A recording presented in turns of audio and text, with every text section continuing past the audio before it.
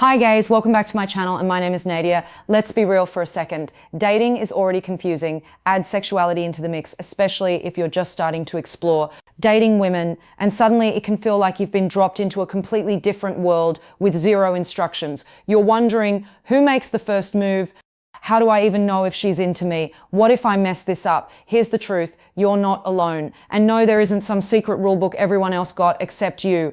There's something most people don't talk about. Dating women often comes without predefined roles.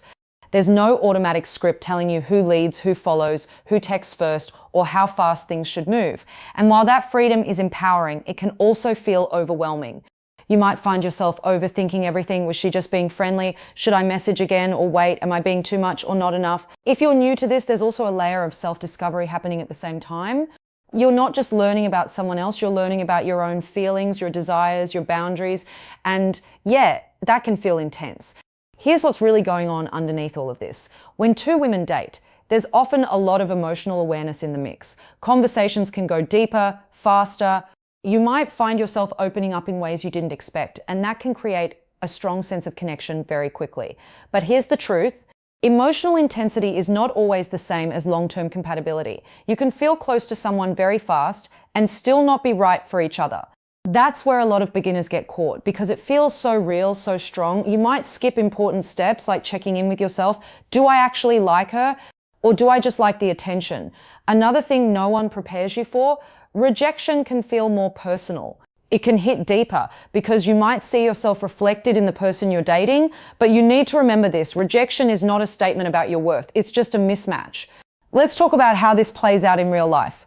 You match with someone online, the conversation flows instantly, you're texting all day, every day, it feels exciting, almost addictive, and then suddenly she pulls back. You start questioning everything. What did I do wrong? Most of the time, nothing. Sometimes things just move too fast emotionally and one person gets overwhelmed. That's why pacing matters, even when it feels amazing. Or maybe you're on a date and there's chemistry, but both of you are waiting for the other person to make a move. No one does. And you both go home thinking the other wasn't interested. This happens more than you think. Without traditional roles, someone has to choose courage over comfort. Then there's the situation where you ignore red flags because the connection feels strong, she's inconsistent, cancels plans, sends mixed signals, but you tell yourself, it's okay, we have something special. No, connection without consistency is confusion. So what actually works? First, get clear on what you want. You don't need to have everything figured out, but you should have some sense of your intentions. Are you exploring, looking for something serious, keeping it casual? Clarity helps you avoid unnecessary confusion, and it's genuinely attractive. Second, don't wait for permission to show interest. If you like her, let her know.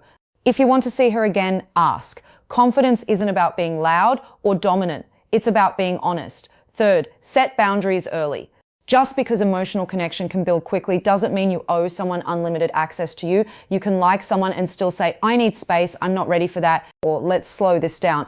The right person will respect that. Fourth, pay attention to actions, not just words. Anyone can say the right things, but consistency, effort, presence, follow through. That's what actually matters. Don't fall for potential. Pay attention to patterns. Fifth, slow down even when it feels right. I know when there's chemistry, you want to dive in. But taking your time doesn't ruin connection. It builds something more real.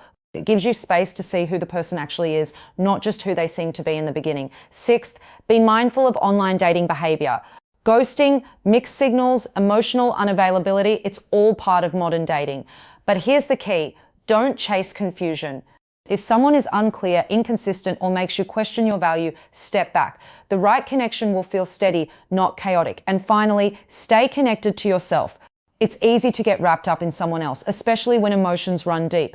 But always come back to how you feel. Do you feel respected? Do you feel comfortable being yourself? Do you feel valued? Because the goal isn't just to be liked, it's to be genuinely seen and appreciated.